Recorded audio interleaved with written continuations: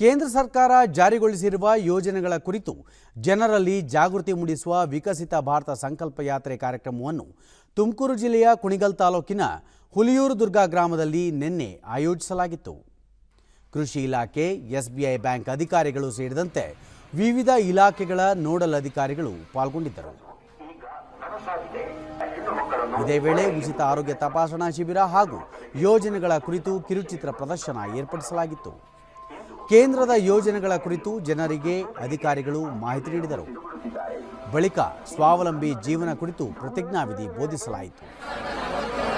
ಭಾರತವನ್ನು ಅಭಿವೃದ್ಧಿ ಹೊಂದಿದ ರಾಷ್ಟ್ರವನ್ನಾಗಿ ಮಾಡುತ್ತೇವೆ. ವಸಾಹತುಶಾಹಿ ಮನಸ್ಥಿತಿಯ ಪರಂಪರೆಯನ್ನು ದೂರದರ್ಶನದೊಂದಿಗೆ ಫಲಾನುಭವಿ ಶ್ರುತಿ ಕೇಂದ್ರ ಸರ್ಕಾರದ ಯೋಜನೆಗಳು ಮಹಿಳೆಯರ ಸ್ವಾವಲಂಬನೆ ಮತ್ತು ಜನಸಾಮಾನ್ಯರ ಆರ್ಥಿಕ ಮಟ್ಟ ಸುಧಾರಣೆಗೆ ಸಹಕಾರಿಯಾಗಿದೆ ಎಂದರು. ಬ್ಯಾಂಕ್ ಅವರು ತುಂಬಾನೇ ನಮಗೆ ರೆಸ್ಪಾನ್ಸ್ ಮಾಡ್ತಾರೆ. ಎಲ್ಲ ತರ ಕಡಿಮೆ ಬಡ್ಡಿಯಲ್ಲಿ ಸಾಲನೂ ಸ್ತ್ರೀ ಶಕ್ತಿ ಸಂಘದವರಿಗೆಲ್ಲ ಪ್ರೊವೈಡ್ ಮಾಡ್ತಾ ಇದ್ದಾರೆ.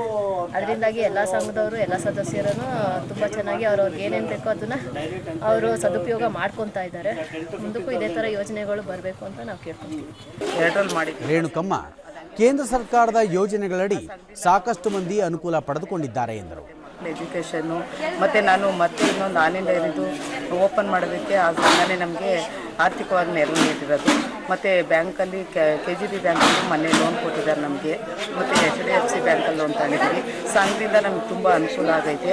ಮತ್ತು ನಾವು ಯಾವುದೇ ಇದು ಮಾಡಬೇಕು ಅಂದರೆ ಸಂಘದಿಂದನೇ ಕಮ್ಮಿ ಬಡ್ಡಿಗೆ ಲೋನ್ ತಗೊಳ್ತಾ ಇದ್ದೀವಿ. ಆಮೇಲೆ ಕೆನರಾ ಬ್ಯಾಂಕಲ್ಲೂ ಅಷ್ಟೇ ನಮಗೆ ತುಂಬ ಅವರು